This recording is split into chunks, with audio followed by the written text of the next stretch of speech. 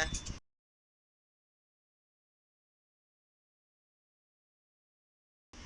और non monetary? Non monetary जिसको नहीं कर सकते, जैसे लैंड एंड बिल्डिंग हो गए या प्लांट और मशीनरी वगैरह। अच्छा ठीक है। अच्छा, मॉनेटरी के एग्जाम्पल बताओ। मॉनेटरी के ट्रेड पेबल्स हम्म। और डेटर्स क्रेडिटर्स। हाँ, अब चलो, आपको एग्जाम्पल पता है, आपको कंसेप्ट पता है, तो देखो, जैसे मॉनेटरी एसेट्स, हमारा डेटर क्या होता है? एसेट्स। ठीक है, तो हमने किसी से पैसे लेने हैं, हमने उससे पैसे लेने हैं 10,000 रुपये। अब जब उसको हमने टाइम कितना दे दिया, सपोज 3 मंथ्स का, तो 3 मंथ्स के बाद हम उसको कितने पैसे बोलेंगे, वो हमें कितने पैसे देगा? 10,000 ही देगा ना। अगर हम सपोज इसकी इंडेक्सिंग करते हैं, आज का इंडेक्स हमारा 200 है, पहले वाला इंडेक्स हमारा 100 था, इंटू 10,000, अगर हम इसके हिसाब से चलें तो हमारा कितना पैसे मिलने थे हमें? 20,000। ठीक है परमजीत? Yes ma'am. हमने उसे लेने कितने थे? 10,000। 3 मंथ्स, 3 मंथ्स के बाद अगर हम उसकी इंडेक्सिंग करते हैं तो हमें कितने मिलने चाहिए थे? 20,000। बट क्योंकि ये मॉनेटरी एसेट है, इसका क्लोजिंग बैलेंस चेंज नहीं होता, तो आफ्टर 3 मंथ्स भी हमें कितने पैसे मिलेंगे? 2,000। तो हमें इस पे क्या हुआ, गेन हुआ या लॉस हुआ? लॉस। लॉस। ठीक है, तो जब हम एसेट्स, मॉनेटरी एसेट्स को होल्ड करते हैं तो हमारा क्या होता है? लॉस। समझ आया? Yes ma'am. ठीक है, अब एक हम इसकी लाइबिलिटी की एग्जांपल ले लेते हैं। लाइबिलिटी हम, हो जाएगा मैम लाइबिलिटी वाला चलो भी। ठीक है, वेरी गुड, जल्दी समझ आ गया है। गुड, शाबाश। अब हम बात करते हैं कल वाले टॉपिक की। कल वाला टॉपिक था हमारा कॉस्ट ऑफ गुड सोल्ड और इन्वेंट्रीज। हाँ जी, फॉर्मूला कौन बताएगा कॉस्ट ऑफ गुड सोल्ड का? Yes ma'am. हाँ, अमित बोलो। Ma'am opening stock opening stock plus purchase बस purchase minus closing stock. Minus closing stock. अब बेटा आपको ये पता है कि ये इक्वेशन बन जाती है, अगर हमें इसमें से 3 चीज़ें दे रखी हैं तो हम फोर्थ चीज़ निकाल सकते हैं। ठीक है, ये भी आपको समझ आ गया? कल ये पॉइंट हमने डिस्कस नहीं किया था। अगर इन 4 चीज़ों में से हमें कोई भी 3 चीज़ें गिवन हैं तो we can find out the fourth thing. ठीक है, ये पॉइंट हम आगे करेंगे कि हमें 3 चीज़ें गिवन होंगी और हम किसको कैलकुलेट करेंगे? फोर्थ। हो सकता है क्लोजिंग स्टॉक मिसिंग हो सकता है COGS मिसिंग हो। Cost of good sale sold को हम कॉस्ट ऑफ सेल्स भी बोलते हैं। ठीक है, कॉस्ट ऑफ गुड सोल्ड को कॉस्ट ऑफ सेल्स भी बोला जाता है। अच्छा, उसके बाद हमने पॉइंट किया था फीफो मेथड और LIFO method. Yes Manish, what is the full form? Ma'am FIFO की तो first in first out, okay, और फर्स्ट इन फर्स्ट, लीफो की last in first out. Last in first out. तो इससे क्या समझ आती है? What do you understand? चलो सबसे पहले हम फीफो मेथड की बात करते हैं। हाँ जी चिराग। चिराग बेटा, फीफो मेथड से क्या समझ आता है? First in first out. जो पहले का स्टॉक उसे पहले निकालो। ठीक है, मतलब जो हमने सबसे पहले ख़रीदा है, सबसे पहले हम उसी को प्रोडक्शन में यूज़ करेंगे। और लास्ट इन फर्स्ट आउट का मतलब क्या है? लास्ट में खरीदा उसे पहले यूज करेंगे। जो लेटेस्ट स्टॉक हमने ख़रीदा है पहले हम उसको प्रोडक्शन में लाएंगे, जो पहले का पड़ा है उसको हम बाद में यूज़ करेंगे। क्लियर है यहाँ तक? यस मनीष, इतना समझ आ गया? Yes ma'am. ठीक है, अब हम इसका, इस टॉपिक से रिलेटेड जो हमारा है वो बात करते हैं। मैं स्टार्टिंग से करवा रही हूँ। Cost of good sold and inventories. मैं पढ़ भी रही हूँ, साथ साथ समझा दूंगी। The cost of goods sold and value of inventories depend upon the method adopted for issue of materials. जो हमने COGS निकालना है और जो वैल्यू ऑफ इन्वेंट्री है वो हमारा किस पे डिपेंड करता है, method adopted for issue of materials. दो मेथड्स होते हैं, first in first out FIFO और last in first out LIFO. बेटा इन्वेंट्री कैलकुलेट करने के बहुत सारे मेथड्स होते हैं, बट यहाँ पे वो सिर्फ आप और नेक्स्ट ईयर जो भी सब्जेक्ट्स आपके आएंगे उसमें आप इन्वेंट्री मैनेजमेंट अकाउंटिंग में इन्वेंट्री वैल्यूएशन के बहुत सारे मेथड्स होते हैं. VED एनालिसिस होता है, ABC एनालिसिस होता है, EOQ होता है. तो यहाँ पे अभी हम सिर्फ दो मेथड्स की बात कर रहे हैं, फीफो और LIFO. Under FIFO methods, inventories first purchase are taken to be first issued for production or sold to customers. FIFO method में क्या करना है, जो इन्वेंट्रीज हमने सबसे पहले परचेज़ की हैं उनको सबसे पहले यूज़ करना है, चाहे वो प्रोडक्शन में है चाहे वो हमने कस्टमर को डायरेक्टली सेल करनी है. While under LIFO method, inventories purchased in the last are taken to have been first issued for production or sold to customers. और लीफो में हमने क्या करना है, जो हमने लास्ट का मतलब है जो लेटेस्ट, जो अभी हमने ताज़ी ख़रीदी हैं पहले हम उनको यूज़ करेंगे, चाहे वो प्रोडक्शन है चाहे वो कस्टमर को सेल करना है. समझ आ गया यहाँ तक? Yes ma'am. ठीक है. अब हम फीफो मेथड से देखेंगे कि कैलकुलेशन कैसे करते हैं हम इन्वेंट्री की. तो फीफो मेथड में सबसे फर्स्ट स्टेप हमें क्या निकालना है, कॉस्ट ऑफ गुड सोल्ड. तो cost of good sold FIFO method में फॉर्मूला क्या होगा, opening stock plus purchases minus closing stock. ठीक है बेटा, ये किस में फॉर्मूला लगेगा, only in FIFO method. LIFO method में ये फॉर्मूला नहीं लगेगा. ठीक है. अब उसके बाद सेकंड पॉइंट क्या आता है, closing stock. Closing stock FIFO method में किसके इक्वल होगा, only to the equal of current purchases. क्योंकि ऑलरेडी हम जो पहले ख़रीद चुके थे उसको हम यूज़ कर चुके हैं, तो उस केस में हमारा ओपनिंग स्टॉक बिल्कुल ख़त्म हो गया होगा. अब हमारे पास क्लोजिंग स्टॉक में सिर्फ क्या बचेंगे, ओनली द करंट परचेजेस. साथ में उसने क्या बोला है, however if cost of goods sold is less than the opening inventory, a part of the opening inventory also becomes a part of closing inventory. अब इस लाइन का मीनिंग क्या है कि वो कहते हैं कि अगर COGS हमारा ओपनिंग इन्वेंट्री से कम है, मतलब अभी तक हमने ओपनिंग इन्वेंट्री सारी यूज़ नहीं की, अभी भी हमारा पिछला स्टॉक पड़ा हुआ है, तो जो क्लोजिंग इन्वेंट्री में कुछ स्टॉक किसका इंक्लूड हो जाएगा, ओपनिंग का. समझ आई बात? बाकियों को बेटा यस मैम. किसको नो, कौन है?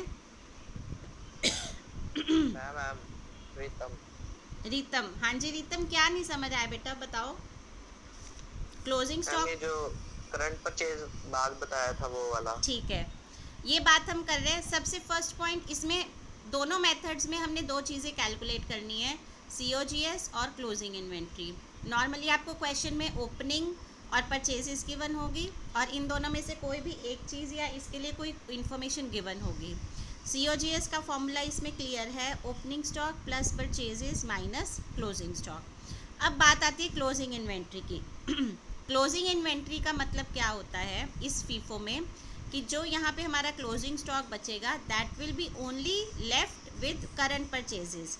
मतलब जो हमने साल में ख़रीदा होगा उसमें से जो अनसोल्ड रह गया होगा या अनयूज रह गया होगा वो हमारा क्या बन जाएगा, क्लोजिंग इन्वेंट्री.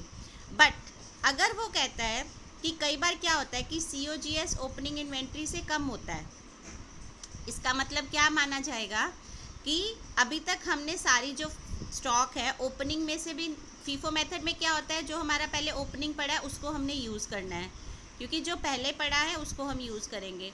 बट कई बार क्या होता है कि किसी भी रीज़न की वजह से हमारे स्टॉक्स अनसोल्ड रह जाते हैं, पूरे तरह नहीं बिकते, तो क्लोजिंग इन्वेंट्री में परचेजेस तो आएंगी प्लस हो सकता है उसमें कुछ ओपनिंग स्टॉक भी पड़ा हो जो अनसोल्ड रह गया हो, वो भी हमारा क्लोजिंग इन्वेंट्री में प्लस हो जाएगा या इंक्लूड होगा.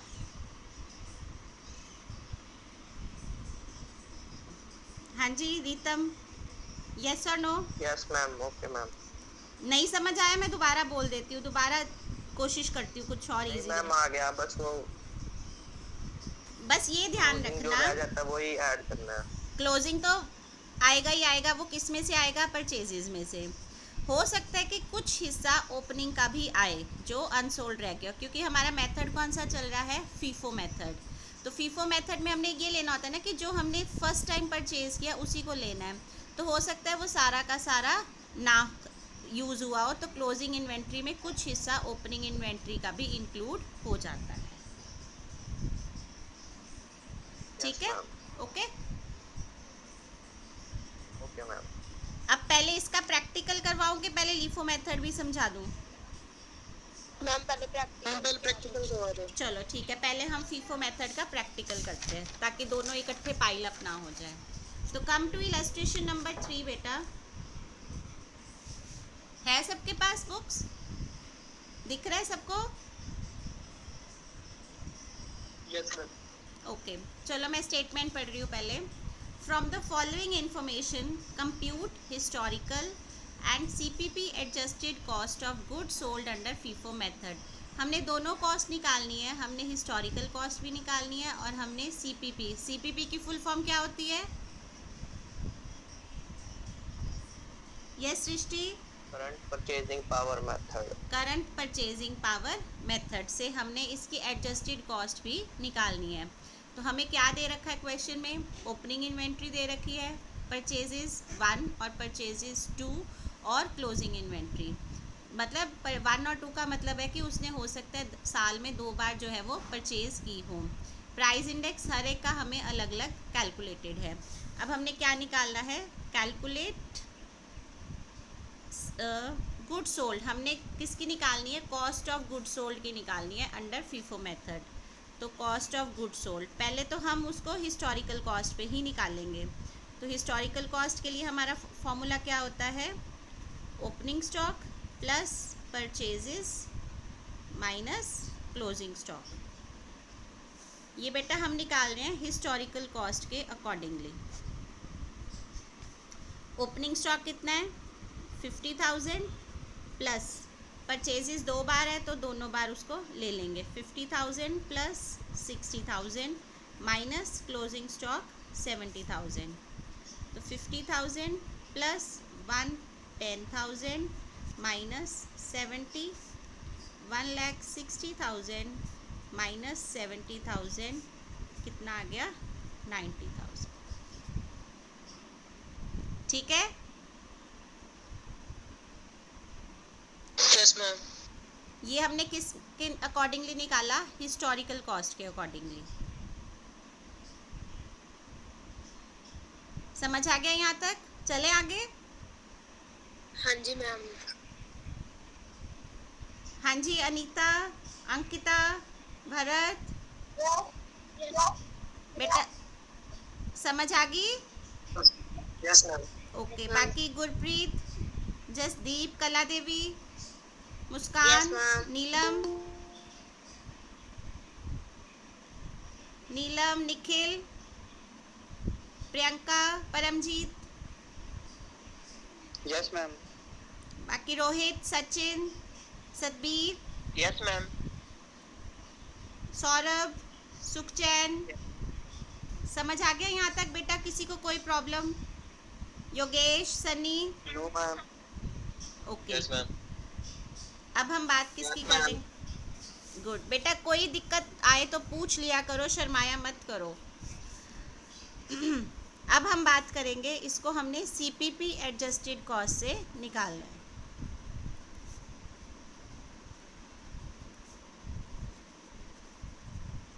अब सीपीपी के लिए सबसे पहले हम क्या निकालेंगे? Conversion factor. हम सबको चेंज करेंगे। ओपनिंग स्टॉक में कोई चेंज नहीं आएगा, 50,000 है, इसकी हमने एडजस्टेड कॉस्ट निकालनी है। 50,000 इंटू लेटेस्ट कितना है? 200 अपॉन 100, तो ये कितना आ गया? 1 लाख। ठीक है बेटा?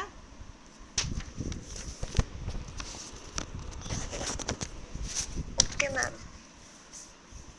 हमने एडजस्टेड कॉस्ट निकाल ली। समझ आ गई कैसे निकाली? सबको? Yes ma'am. हाँ जी मैम। ठीक है, अब हमने परचेजेस 1 की एडजस्टेड कॉस्ट निकालनी है। हाँ जी, नीलम बताएगी।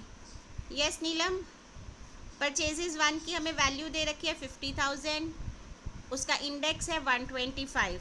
तो क्या करोगे? 50,000 इंटू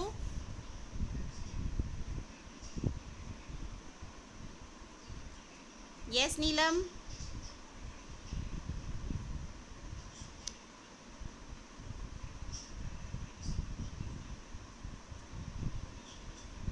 हाँ जी नीलम बोलो बेटा। योगेश, अच्छा नीलम Yes, ma'am. हाँ योगेश बोलो, इसकी एडजस्टेड कॉस्ट कैसे निकलेगी परचेजेस 1 की? 200 divided by ma'am 125. 200 divided by 125 कितना आएगा? 80,000 मैम. 80,000। गुड, शाबाश। अब हमने निकालनी है परचेजेस 2 की।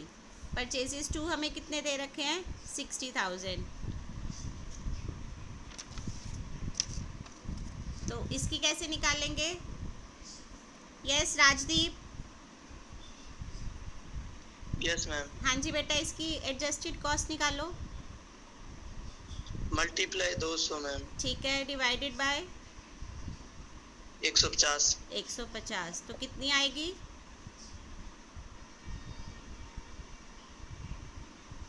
कैलकुलेट करके बताओ। 80,000। 80,000। ठीक है, अब यहाँ तक तो बेटा सब सिंपल था। अब बात आती है क्लोजिंग इन्वेंट्री की। अब क्लोजिंग इन्वेंट्री फीफो मेथड के अकॉर्डिंगली कितनी बनेगी? अब उसमें तो 70,000 दे रखी थी। अब वो 70,000 कैसे आई होगी? कोई बता सकता है? कोई आइडिया किसी को? फीफो मेथड के अकॉर्डिंगली क्या होता है कि हमने पहले कौन सा स्टॉक यूज़ करना है? Opening stock. ठीक है, यही बात है। Yes ma'am. Yes ma'am. ठीक है, अब क्या करोगे 70,000 में? इसको कैसे ब्रेकअप करोगे? 70,000 में किसका कितना हिस्सा होगा?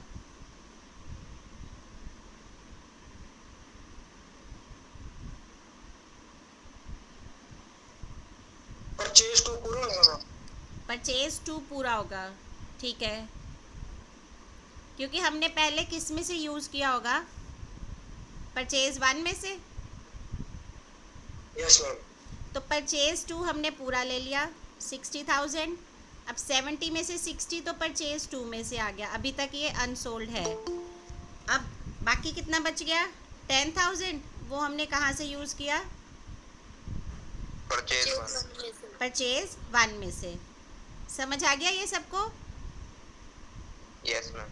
क्लोजिंग इन्वेंट्री हमने कैसे बाइफरकेट करनी है कि हमने कहाँ कहाँ से लेना है। तो फर्स्ट इन फर्स्ट आउट, मतलब अभी तक 70,000 है, हमने लेटेस्ट में से तो कुछ भी नहीं लेना, हमने पिछले में से जाना है। मतलब लेटेस्ट अभी हमारा सारा पड़ा हुआ है, पिछले में से 70 में से 60 तो पड़ा हुआ है। 10,000 हो सकता है किसका पड़ा हो? परचेज 1 का। अगर परचेज 1 भी सारा यूज़ होता तो इसका मतलब हमारा कुछ पोर्शन किसका पड़ा हुआ है? ओपनिंग स्टॉक का। मैंने आपको थ्योरी में भी बताया था कि क्लोजिंग इन्वेंट्री टोटली किस पे में से इंक्लूड होती है? परचेजेस में से। अगर परचेजेस में से भी वो लेस रह जाता तो फिर हम किस में से ले सकते थे? इंक्लूड होता ओपनिंग स्टॉक। बट यहाँ पे हमें ओपनिंग स्टॉक तक जाने की ज़रूरत नहीं पड़ी, तो हमारा सिर्फ परचेजेस में से ही क्लोजिंग स्टॉक हो गया। अब ये क्या है? परचेजेस 2 और ये क्या है? परचेजेस 1। तो इसकी इंडेक्सिंग भी वैसे ही करेंगे। 60,000 का इंडेक्स कैसे करेंगे? 60,000 इंटू 200 डिवाइडेड बाय 150। तो ये कितना आ जाएगा? 80,000। और 10,000 की परचेजिंग हम परचेज 1 के हिसाब से करेंगे। 200 divided by 125, it comes out to be 16,000।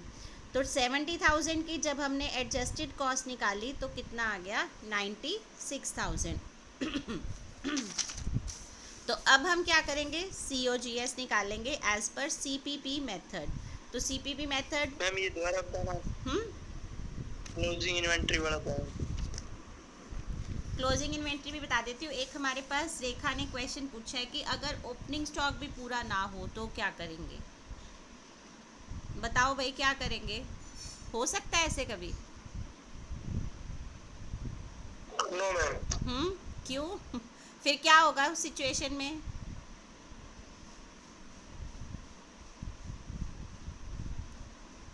Extra कहाँ से आ सकते हैं मैम?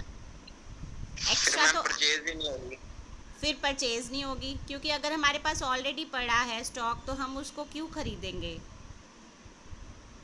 अब ये देखो, इस फर्म ने 2 बार परचेज की है, मतलब उसको पता है कि मेरी इतनी सेल है, मेरा इतनी कंजम्पशन है, तभी उसने यूज़ किया है। बट अगर उसको पता है कि मेरी कंजम्पशन ही नहीं है तो फिर वो परचेज क्यों करेगा, फिर वो सारा का सारा ओपनिंग स्टॉक ही यूज़ कर लेगा, क्योंकि उसको पता है कि मेरा पिछला सारा का सारा पड़ा हुआ है। ठीक है रेखा? हाँ जी बेटा रेखा, आपका क्वेश्चन का आंसर मिल गया।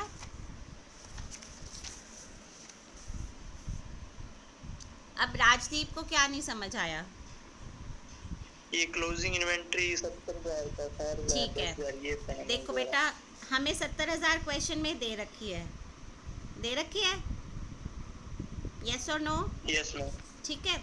अब जब हमने इसकी थ्योरी पढ़ी थी तो हमने क्या कहा था, ये देखो फीफो मेथड, कि ये फॉर्मूला होता है और क्लोजिंग स्टॉक हमारा किसके इक्वल होता है, उसमें सिर्फ और सिर्फ क्या इंक्लूड होती हैं, करंट परचेजेस। ये पॉइंट समझ आ गया था? Yes ma'am. ठीक है, तो अब हमने यहाँ पे क्लोजिंग इन्वेंट्री लेनी है। अब क्योंकि यहाँ पे फर्म ने 2 बार परचेज कर रखा है, तो पहले तो देखो बेटा, हम लेटेस्ट परचेज से चलेंगे। 70,000 है, 70,000 ज़्यादा है परचेजेस 2 से, तो मतलब ये सारा का सारा इंक्लूडेड है। ठीक है, अभी भी हमारे क्लोजिंग स्टॉक में बैलेंस बचता है, मतलब अभी भी उसका परचेज 1 में से कुछ स्टॉक अनसोल्ड पड़ा है, तो वो कितना होगा, जितना बच जाएगा। तो 60 ऑलरेडी परचेजेस 2 का अनसोल्ड पड़ा है, परचेजेस 1 में से 70 में से 60 गए, 10,000 बचे, तो 50,000 में से 10,000 अभी भी उसका जो है वो अनसोल्ड बना है।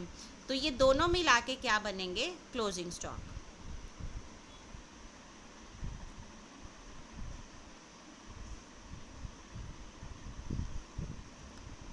बोलो राजदीप, समझ आया कि नहीं?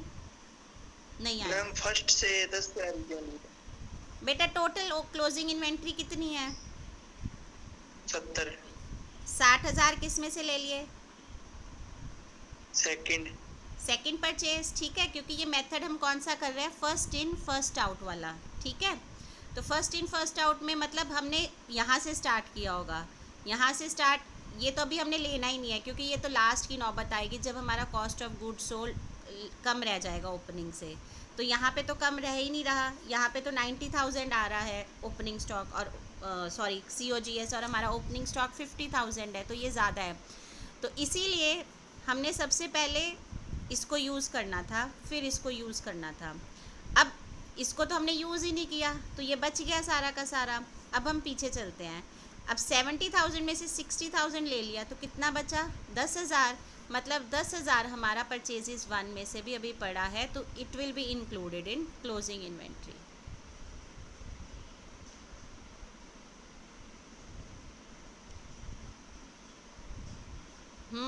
यस और नो? नो।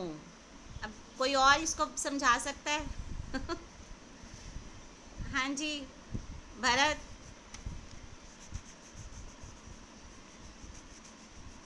नो मैम नहीं समझा सकती। समझ आ गया? समझ तो आ गया मैम, समझ आ गया। कौन समझा सकता है इसको थोड़ा और इजी लैंग्वेज में, कि राजदीप को समझ आ जाए? Anyone who wants to try? Ma'am समझा तो सकते हैं बट अब इसमें डबल साउंड आ रही है। क्या क्या कह रहे हो मनीष? मैं इसे व्हाट्सएप पे समझा दूंगा मैम। व्हाट्सएप पे समझा दोगे? जी चलो मैम। ठीक है। राजदीप एक बार मनीष से समझने की कोशिश करना, नहीं आएगी तो कल हम इसको दोबारा ले लेंगे। ठीक है? Okay ma'am. ठीक है, एक बार हो सकता है कि मेरा मेथड ना समझ में आए, मनीष के पास कोई और मेथड हो इजी, तो समझाने का तरीका होता है, कई बार चीज़ नहीं समझ में आती, फेस टू फेस हो तो और बात होती है। अब इस पे तो कॉपी पे मैं लिख के समझा सकती हूँ ना। ठीक है बेटा, बाकी और किसी को कोई डाउट राजदीप के अलावा?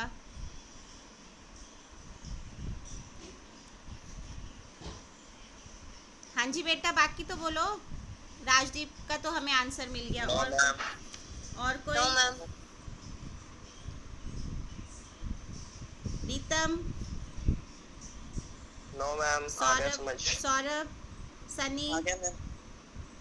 Yogesh, Rohit, Rekha, no ma'am. Neelam, Mohit, Jitendra? No ma'am. क्या नो, समझ नहीं आया? मैम समझ आ गया। अच्छा, जसदीप, गुरप्रीत, चंचल, मैम आ गया समझ। अंकिता, अनीता? हो गया बेटा? अब तो इसके अकॉर्डिंगली COGS कितना निकलेगा? 1,00,000 प्लस 80 कितना हो गया? 2,60,000 माइनस 96,000, तो कितना आ गया? 1,64,000। यही आएगा? Yes ma'am. अब ये क्या था हमारा फीफो मेथड। फीफो मेथड में एक चीज़ याद रखना, क्लोजिंग स्टॉक में सिर्फ और सिर्फ क्या लेनी है? Current purchases. बट अगर हमारा क्लोजिंग जो COGS है वो ओपनिंग स्टॉक से कम आता है, अब इस केस में हमारा ओपनिंग स्टॉक से कम नहीं आया, हमारा COGS कितना आया था? 90,000 एंड ओपनिंग स्टॉक वाज 50,000, तो ये उससे ज़्यादा था, तो हमें ओपनिंग स्टॉक लेने की ज़रूरत नहीं है। हमारा सारा का सारा क्लोजिंग स्टॉक किस में से पूरा हो गया था? करंट परचेजेस में से। ठीक है, तो मैं एक बार दोबारा बोल देती हूँ, राजदीप कोशिश कर लेना। हमारी 2 बार परचेज हुई थी, 1 और 2, क्योंकि फीफो मेथड है हमें सबसे पहले 1 यूज़ करना था, उसके बाद 2 यूज़ करना था, और हमारा क्लोजिंग स्टॉक बच रहा था 70,000। तो 70,000 में से हम इसमें रिवर्स ऑर्डर में चलेंगे। पहले परचेजेस 2, क्योंकि ये अभी तक हमारा अनसोल्ड पड़ा था 60,000, वो हमने क्लोजिंग स्टॉक में इंक्लूड कर लिया। बट क्योंकि क्लोजिंग स्टॉक हमारा 70,000 है, तो परचेजेस 2 सिर्फ 60,000 की थी, तो 10,000 means it is still unsold from purchases 1। तो वो जो 10,000 है उसको भी हम कहाँ इंक्लूड कर लेंगे? क्लोजिंग स्टॉक में। तो क्लोजिंग स्टॉक हमारी दोनों में से आएगी, परचेज 1 एंड 2। 2 में से हम सारी ले लेंगे, जो बच जाएगा वो हम कहाँ पे जाएंगे? 1 में से। और फिर उसकी हमने इंडेक्सिंग कर ली, दोनों के इंडेक्स नंबर्स हमें अलग अलग दे रखे थे। इंडेक्सिंग करने के बाद जो 70,000 का स्टॉक था उसकी एडजस्टेड कॉस्ट कितनी आ गई? 96,000, और हमने एडजस्टेड कॉस्ट के अकॉर्डिंगली COGS निकाला, that comes out to be 1,64,000, और हिस्टोरिकल कॉस्ट के अकॉर्डिंगली जो हमारा COGS था that was 90,000। Is that okay? FIFO method सबको समझ आ गया? Yes ma'am. अब मैं सिर्फ आज आपको लीफो मेथड की सिर्फ थ्योरी करवाऊंगी, प्रैक्टिकल नहीं करवाऊंगी, क्योंकि फिर आप कंफ्यूज हो जाओगे। लीफो मेथड का सिर्फ एक ब्रीफ सा बता रही हूँ, डिटेल इसकी हम कल करेंगे। ओके, उसी के साथ मिलता जुलता है, बस इसमें डिफरेंस क्या है बेटा? इसमें जो COGS होता है that is equal to current purchases.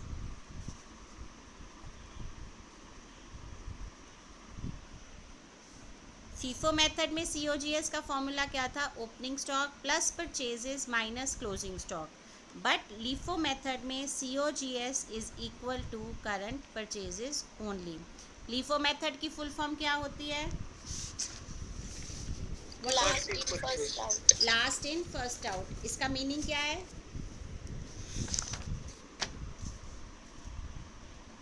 जो करंट परचेज है वो पहले, जो लेटेस्ट परचेजेस हैं उसको हमने पहले यूज़ करना है। तो यहाँ पे जो करंट जो COGS है वो सिर्फ किससे होगा? करंट परचेजेस में से, क्योंकि हमने जो लेटेस्ट है उसी को पहले लेना है, तो इसलिए हम इसमें ओपनिंग स्टॉक को बिल्कुल भी इंक्लूड नहीं करेंगे। ठीक है, अब उसने बोला है if the purchases are less than COGS, जो हमारी परचेजेस हैं वो COGS से कम है, तो फिर ओपनिंग इन्वेंट्री को भी हम किस में इंक्लूड कर सकते हैं? COGS।